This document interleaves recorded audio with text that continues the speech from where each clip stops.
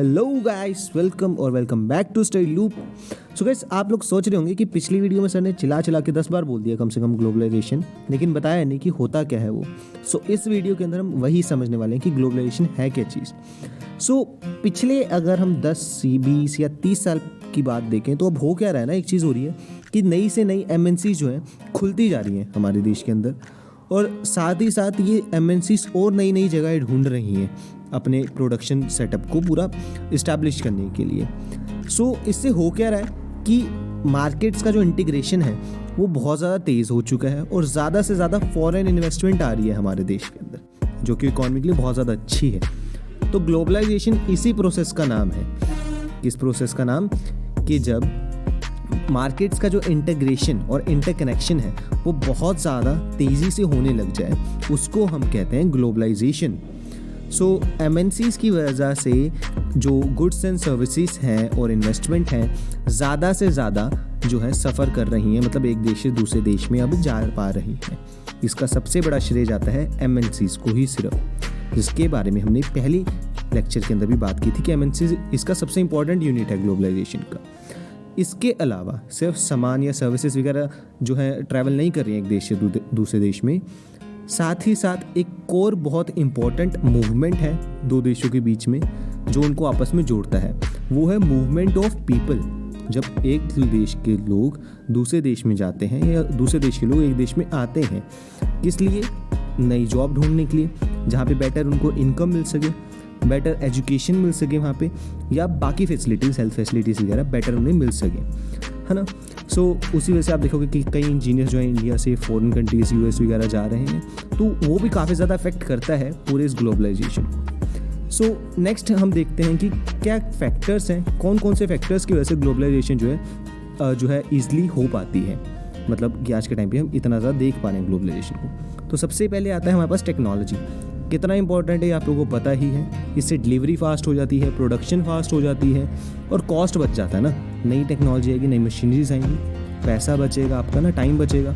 और IT sector जिसके अंदर कितना ज़्यादा हेल्पफुल है वो बताने की ज़रूरत ही नहीं है। कोऑर्डिनेशन में बहुत ज़्यादा हेल्प करता है। जब दो से ज़्यादा कंट्रीज़ में एक कंपनी ऑपरेट कर रही है तो आपस में कम्युनिकेशन होना बहुत ज़्यादा ज़रूरी है। उसके लिए IT जो है बहुत इंपॉर्टेंट जो है एक हिस्सा बन जाता है ग्लोबलाइजेशन का।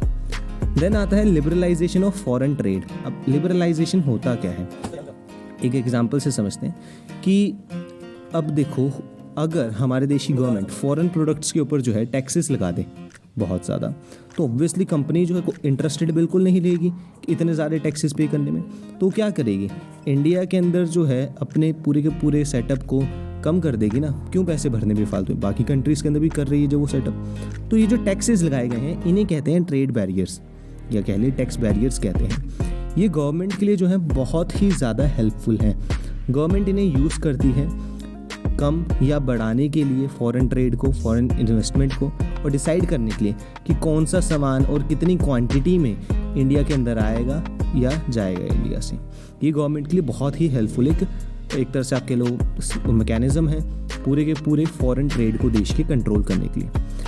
इंडिया की अगर अब हम बात करें इससे रिलेटेड, तो इंडिपेंडेंस के बाद हुआ क्या था कि हमारी जितनी भी कंपनीज थी या प्रोड्यूसर्स थे, बहुत ज़्यादा अभी मतलब नया उन्होंने शुरुआत की थी, तो ऑब्वियसली इतने स्ट्रॉन्ग नहीं थे। तो गवर्नमेंट ने बैरियर्स लगा दिए थे इंडियन प्रोड्यूसर्स को कंपटीशन से बचाने के लिए, जो पूरा इंटरनेशनल कंपटीशन चल रहा था।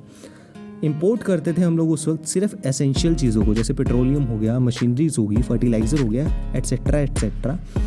तो फिर 1991 के अंदर कुछ इकोनॉमिक प्रॉब्लम्स आई देश के अंदर, जिससे इंटरनेशनल ऑर्गेनाइजेशन से हमें लोन लेना पड़ा था। उन्होंने फिर फोर्स किया कि ये जो टैक्सेस लगाए हैं इनको तुम हटा दो।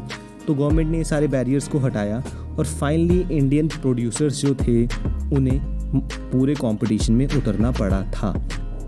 और उससे फ़ायदा ही हुआ एक्चुअली कि अब परफॉर्मेंस उन लोगों की बढ़िया होने लगी थी, क्योंकि कंपटीशन में पता ही है यार, प्रेशर आ जाता है, राइट। सो ये जो रिमूवल हुआ था ना बैरियर्स का, इस रिमूवल के प्रोसेस को ही हम कहते हैं लिबरलाइजेशन। जब कोई भी कंट्री जो है ट्रेड बैरियर्स को ख़त्म कर दे, उससे कहते हैं लिबरलाइजेशन। समझ आया?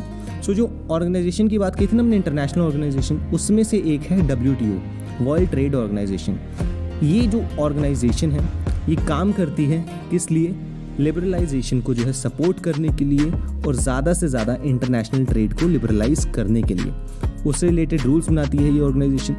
164 कंट्रीज जो है इसके साथ अभी जुड़ी हुई हैं ट्रेड के लिए। इतना क्लियर। नेक्स्ट अब हम समझेंगे कि ये जो ग्लोबलाइजेशन था इसके इंडिया के ऊपर क्या इम्पैक्ट रहे थे। इसके बारे में अगर हम पढ़ें तो सबसे पहली बात तो इससे कंपटीशन बहुत ज़्यादा ही बढ़ चुका था। अब इससे बेनिफिट क्या हुआ कंज्यूमर्स को कि नई चॉइसेस मिलने लगी भाई साहब। हमें याद है ना पहले लेक्चर था कि कितनी चॉइसेस है हमारे पास और क्वालिटी बहुत अच्छी मिल चुकी है। और कंपनीज की अगर बात करें उन्हें फ़ायदा क्या हो रहा है कि देखो नई टेक्नोलॉजी मिल रही है उन्हें ईजिली। और कुछ कंपनीज तो ऐसी हैं जो खुद ही अब एमएनसी बन चुकी हैं। टाटा ले लो, ये रिलायंस ले लो, बहुत कंपनीज आपको ऐसी मिल जाएंगी जो इंडियन ओरिजिन की अब एमएनसीज बन चुकी हैं जस्ट बिकॉज ऑफ ग्लोबलाइजेशन। कभी बन ना पाती अगर ग्लोबलाइजेशन ना होता। सो ये जो कंपटीशन और है ना वो अनसर्टेन एम्प्लॉयमेंट की तरफ अब हमें लेके जा रहा है कि देखिए क्या हो रहा है कि कंपटीशन जैसे जैसे बढ़ रहा है तो अब एम्प्लॉयर्स को क्या चाहिए कि ऐसे वर्कर्स हों जो मतलब ज़्यादा पैसे वगैरह बढ़ाने के लिए जिद वगैरह ना करें। तो अब जॉब सिक्योरिटी मतलब रही नहीं है लोगों के पास। तो इंडियन प्रोड्यूसर देखो बहुत बड़े बड़े ऑर्डर्स ले रहे हैं बाहर की एमएनसीज से। तो अब इनको क्या है कि प्रॉफिट कमाना है तो कॉस्ट कट करना पड़ेगा। तो कॉस्ट कट करने के लिए लेबर कॉस्ट को कट करके टेम्परेरी वर्कर्स को रखते हैं। तो मतलब ग्लोबलाइजेशन से प्रोड्यूसर्स और एमएनसी दोनों प्रॉफिट कमा रहे हैं तगड़ा, लेकिन जो वर्कर्स हैं जो अपनी जी जान लगाते हैं उन्हें फेयर शेयर नहीं मिल रहा इसमें से कुछ भी, जो कि बहुत गलत बात है। तो यहीं से शुरुआत होती है the struggle for fair globalisation.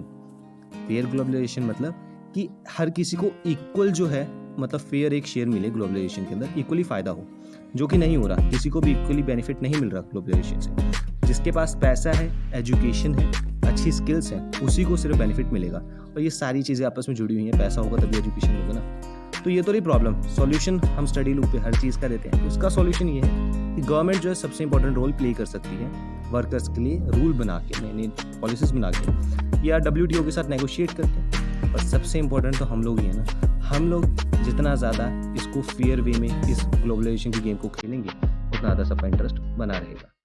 सो यहाँ पे हमारा ग्लोबलाइजेशन चैप्टर समाप्त होता है। आई होप आप लोगों को समझ आया होगा, मज़ा आया होगा। सो चैनल को सब्सक्राइब करें, वीडियो को लाइक करें और अपने सजेशंस को कमेंट करें और रिवाइज करते रहें।